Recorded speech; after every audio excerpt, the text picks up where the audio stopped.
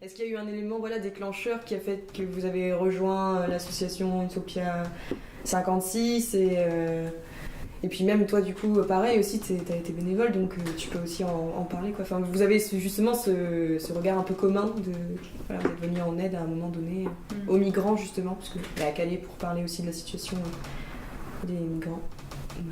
Ouais, je pense que les pouvoirs publics sont pas présents.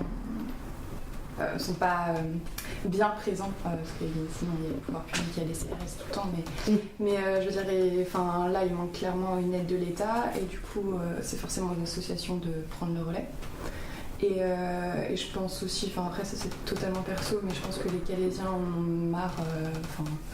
ont marre et qu'ils peuvent pas, ils ont du mal à supporter ça depuis 30 ans, ça peut tout à fait se comprendre même si il y a certains extrêmes qu'on ne comprend pas, mais en tout cas, il y a certains qu'on comprend.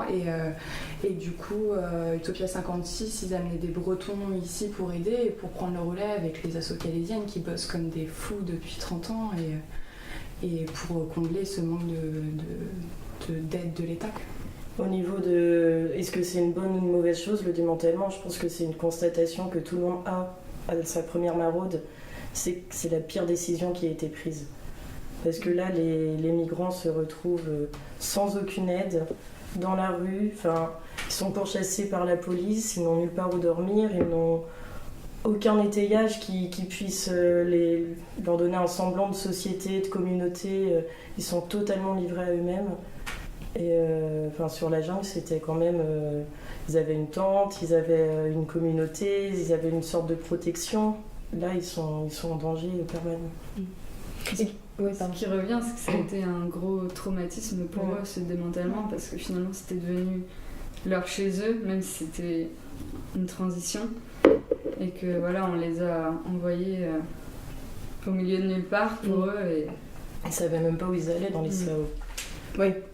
Ils savaient même pas où c'était en France. Ils n'ont aucune idée de la géographie française, de la carte de France, ça leur dit rien. Donc, Puis les mineurs, c'était encore un autre problème parce qu'on leur avait promis l'Angleterre et l'Angleterre les a pas ramenés chez eux. Donc Donc il y en a qui se sont retrouvés à Marseille parce qu'on leur a dit montez dans ces bus-là, on verra après pour les démarches en Angleterre. Et au final, ils sont arrivés à Marseille, il n'y a pas d'Angleterre.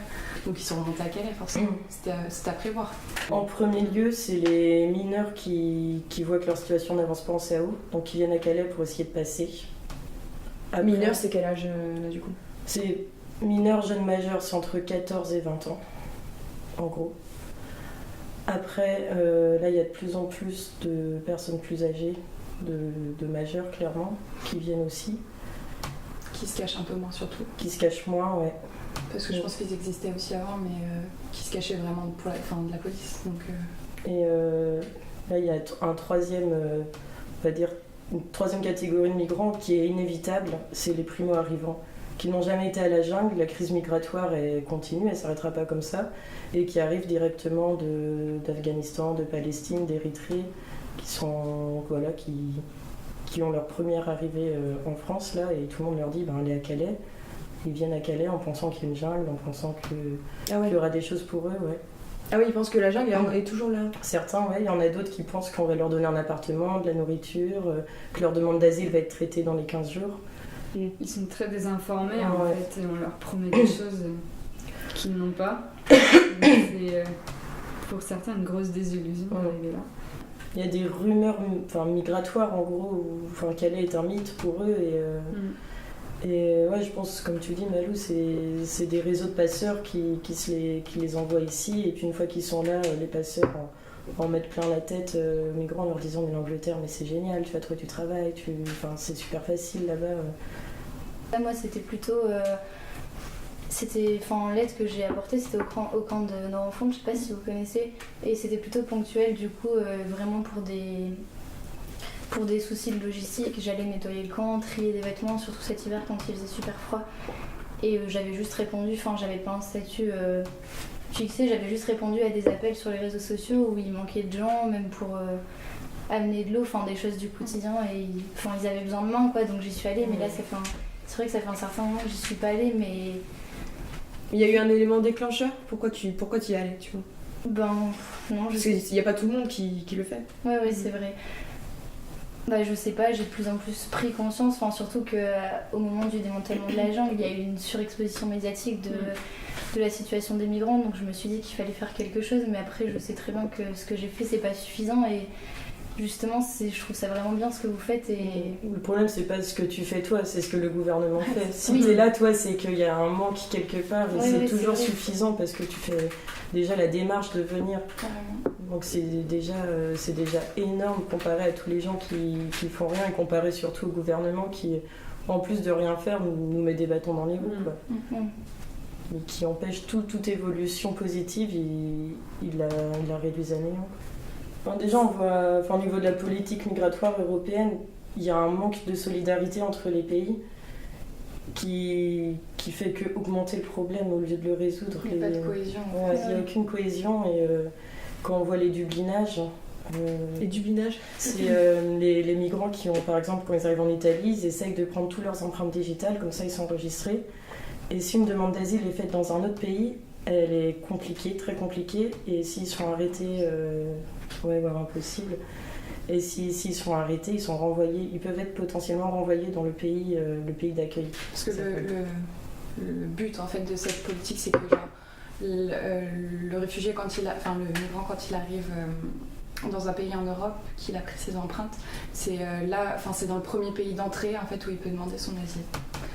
Et donc souvent c'était l'Italie et la Grèce. L'Italie et la Grèce ont commencé à arrêter de prendre les empreintes parce que c'était pas possible sinon. Donc du coup souvent c'est dans des pays où les droits de l'homme sont très très bien respectés, de type Roumanie, Hongrie, Serbie, où ils ont leur empreinte et du coup ils demandent l'asile en France et ils sont on les renvoie là-bas. En Serbie, en Hongrie, tout ça, Ils d'accord. n'ont pas du tout envie de... En sachant que, en Hongrie, les policiers ont le droit de tirer à balles réelles sur les migrants. Et que dans d'autres pays, les policiers les dépouillent totalement, ils enlèvent t-shirt, argent et chaussures et ils les refoutent à la rue, quoi. Donc ça donne pas trop envie de faire son asile là-bas, forcément. J'ai l'impression que c'est plus les pays qui peuvent accueillir des migrants, comme la France, l'Angleterre, qui sont en train de tout fermer les frontières pour pas avoir à subir ça, quoi. Alors que pour vous, du coup, il faudrait équilibrer les choses. Ils arrivent avec l'idée en tête d'aller en Angleterre pour différentes raisons, un rapprochement familial, le fait qu'en Angleterre on parle anglais et que souvent ils parlent déjà anglais. Il y a plein de raisons différentes et ça serait compliqué de les forcer à rester dans tel ou tel pays si on partait juste du principe qu'on pourrait répartir les réfugiés en fonction de la population de chaque pays en Europe, quoi.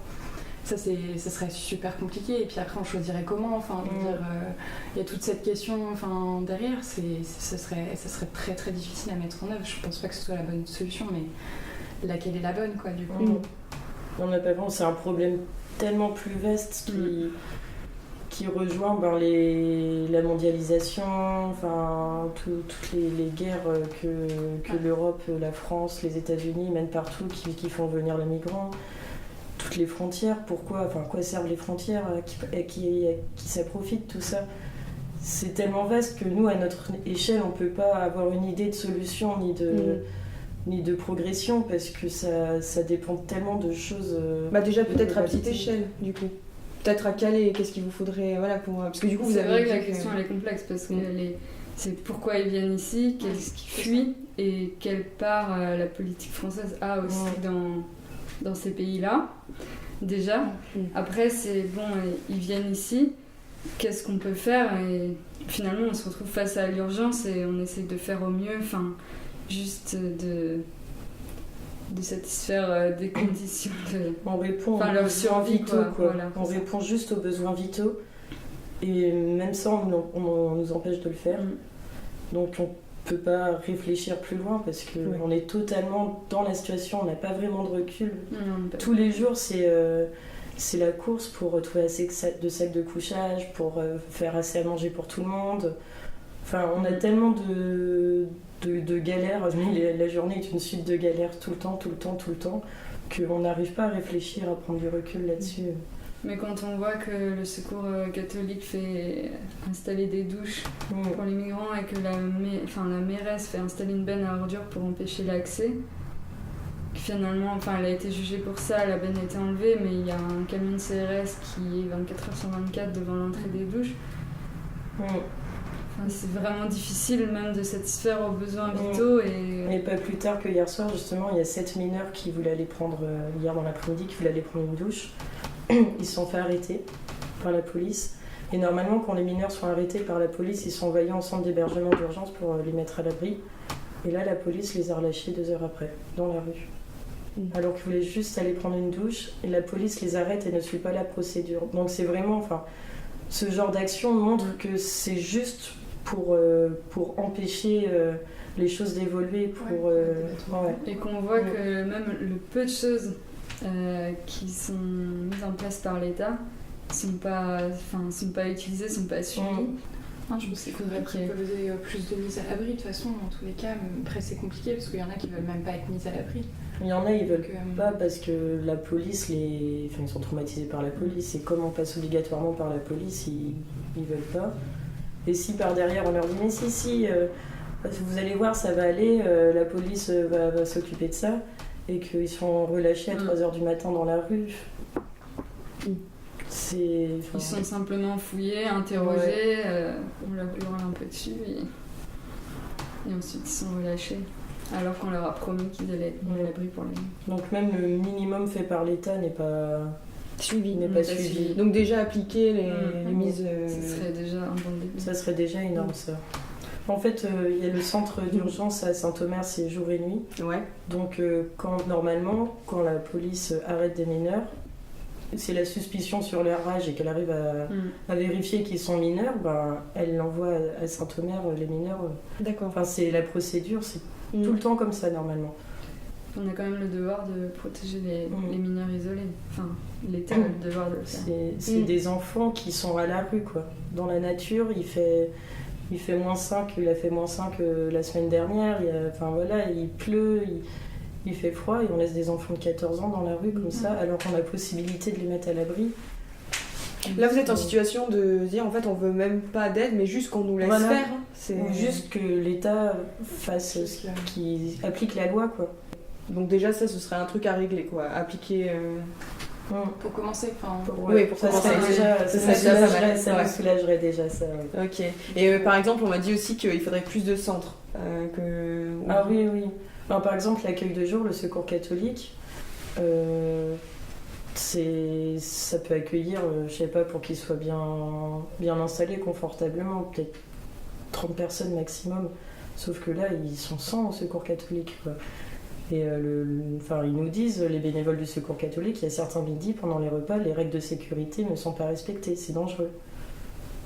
Parce qu'ils savent qu'il n'y aura pas à manger pour tout le monde, et 200 personnes dans la même salle qui savent qu'il n'y a que 100 repas, ça devient dangereux, quoi. Puis le nombre de migrants est exponentiel. Donc, tous les jours, on voit des nouvelles têtes et on sait que ça ne va pas s'améliorer. Donc il faudrait plus de locaux déjà, sans parler de mettre en place des gros moyens, plus de locaux, plus de centres, en effet. Est-ce que du coup, on avait vu qu'ils avaient fait pendant la jungle de Calais des conteneurs là, à côté. Ils n'en avaient pas fait assez, mais est-ce que ça, ce serait justement quelque chose vers... on pourrait tendre, c'est une question. Mais justement, réinstaller une jungle, mais... c'est marrant que tu en parles des conteneurs là, parce qu'ils ont été vides il y a la semaine dernière, ils les ont enlevés que la semaine dernière. Ah, il y avait l'électricité dedans. Mais pourquoi ils étaient vides? Parce que... D'accord, donc c'est la question. Il y avait 50 gosses qui dormaient dans le bois à côté, les conteneurs étaient vides avec du chauffage, des douches. Ok. Et ils ont été enlevés il y a une semaine. Mais je pense que la politique, c'est... on ne fait rien pour les migrants, comme ça, pour éviter qu'il y en ait davantage, parce que si on commence à les installer, il va y en avoir. En fait, ils ont super peur d'une nouvelle jungle et ils font tout pour les disperser le plus possible et qu'il n'y ait pas de nouvelle jungle. Sauf qu'au bout d'un moment, quand il y a 200 personnes à la rue, elles se regroupent et au début, on ne les voyait jamais dormir, les mineurs. Et maintenant, l'endroit où on les voit tous les soirs, ils dorment à découvert dans le champ à côté, quoi. Donc ça montre déjà qu'il y a un besoin de sédentarisation important. Moi j'ai l'impression que, vous qui êtes prise dans les galères du quotidien pour les migrants, je comprends que ce soit difficile d'envisager des solutions à plus haute échelle. Comme vous l'avez dit, ça sous-tend plein d'autres enjeux face auxquels on est impuissant. Et moi j'ai un peu l'impression par rapport à ce que vous dites, même au niveau des municipalités qui vous mettent des bâtons dans les roues, c'est que on est en pleine période de campagne présidentielle et il faut mettre de l'eau sur le feu, il ne faut pas qu'il y ait une nouvelle jungle, ça serait une catastrophe pour eux. Là, vraiment, leur objectif, c'est d'attendre jusqu'à mai. Oui, donc là, sauf que c'est pas tenable et eux, ils s'en rendent pas forcément compte, mais vous qui êtes dans le quotidien, on voit bien que... j'ai l'impression qu'à terme, c'est inévitable comme tu le dis, ils ont besoin de sédentarisation, c'est naturel, donc... De toute façon, il y a toujours eu des camps à Calais, donc ça fait je sais pas combien d'années que ça existe. Oui. 20 ans un peu. Si ça fait 20 ans qu'il y a des camps à Calais, c'est pas en un an qu'il va plus en avoir. Je disais, selon moi, il y aura toujours des migrants à Calais, il y aura toujours besoin de camps et de regrouper ces gens. C'est impossible d'éviter ça. Est-ce que la population française est bien au courant de ce qui se passe? Parce que pour le coup, vous avez le nez dedans, donc pouvez-vous expliquer un peu la situation des migrants, des réfugiés qui sont aussi différents, hein, ces migrants économiques et réfugiés, c'est de la guerre, quoi. Je pense que la population est très désinformée parce que même moi, avant d'arriver, j'avais une idée de ce qui se passait, mais vraiment en mettant le nez dedans, on se rend compte de la réalité du terrain, Et au final, si on veut être informé, il faut aller chercher les informations. Il faut carrément aller sur le terrain pour vraiment... Et alors, c'est quoi qu'on découvre sur le terrain, justement? Qu'est-ce qu'on y voit par rapport à ce qu'on croit avant? On voit des gamins qui dorment dehors. Qui sont trempés, qui ont des chaussures pas à leur taille, qui n'ont pas mangé depuis 24 heures, qui sont fatigués. On voit pas des cambrioleurs qui... C'est un peu l'image qui ressort des médias, peut-être un peu moins maintenant, je sais pas, je regarde pas trop la télé et tout, mais oui, on voit pas des horreurs qui viennent nous piller ou autre chose, ils ont juste besoin d'un repas et de dormir au chaud. Juste des enfants à bout de force, quoi. Le soir, qui retrouvent un peu d'innocence. Grâce à nous. Mais je pense qu'il y a plein de gens qui sont pas du tout conscients de ça. Moi, quand j'avais été à la Nord-Enfance la première fois, j'avais été vraiment étonnée de... c'est fou, mais quand je me sentais vraiment bien parce qu'il y avait vraiment une fraternité, les gens... là-bas, après, ils sont vraiment en camp, mais ils s'organisent ensemble, ils font à manger, il y en a qui s'occupent d'autres choses. Il y avait même un homme qui avait organisé son petit jardin et tout, je trouvais ça dingue, et c'est des gens...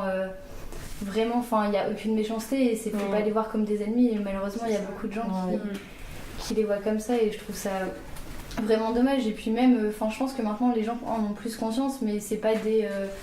je sais que parmi les migrants, il y a beaucoup de gens diplômés qui avaient des places vraiment... Non, c'est la majorité, hein, c'est ceux qui ont pu se payer le voyage jusqu'ici. Donc, c'est une élite sociale un peu des pays...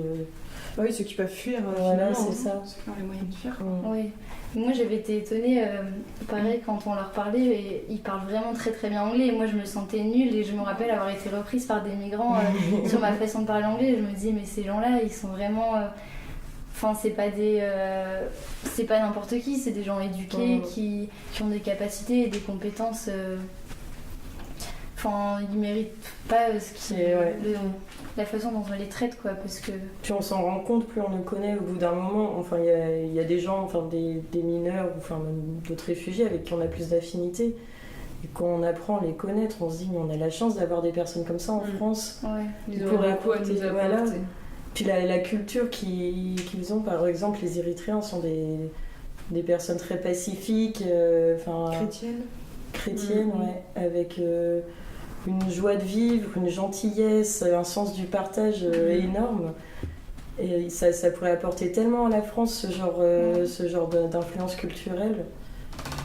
Et la diabolisation qui en est faite avec les médias est vraiment dommage. Quand on voit que ce qui passe à la télé, c'est des conneries genre BFM, TF1, on se voit ce que ces chaînes-là en font, alors que la télé pourrait être un média tellement riche. Enfin, rien qu'en allumant une chaîne, on pourrait découvrir tellement de choses et au final, c'est les mêmes choses qui tournent en boucle. Ça montre une fois de plus que la désinformation est voulue et qu'on veut laisser cette situation dans un statu quo.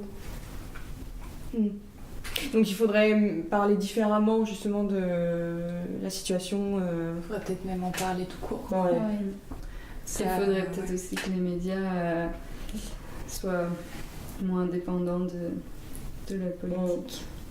Par exemple, toi, t'es journaliste indépendante. Ouais. Mais tu vas pas passer au 20h TF1. Non.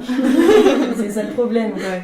C'est que les journalistes indépendants qui ont vraiment une analyse libre, sans influence d'assaut ou de je sais pas qui, ils ont une toute petite... je sais pas comment dire. Une toute petite audience, quoi. Voilà, c'est ça.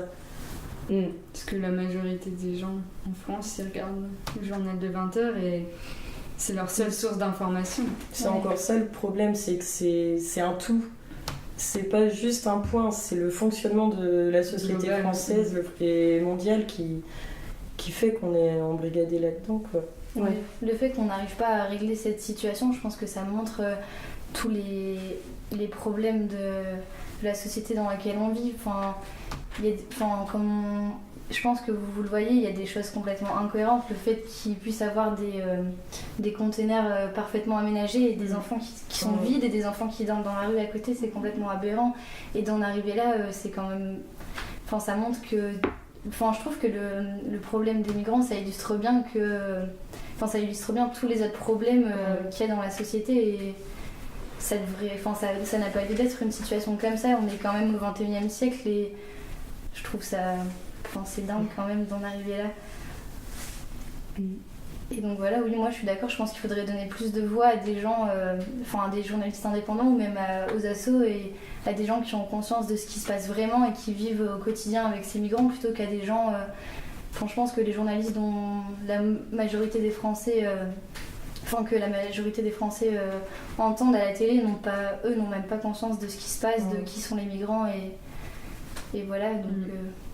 Oui, il faudrait donner plus de voix aux journalistes indépendants et aux gens qui connaissent vraiment la situation et qui savent de quoi ils parlent. Mais au final, comme l'État contrôle la police et les médias, on peut pas... on est dans un État totalitaire maintenant. Chaque jour, on voit des choses de plus en plus aberrantes avec les flics, avec la décision de la maire, les décisions que puisse prendre la maire.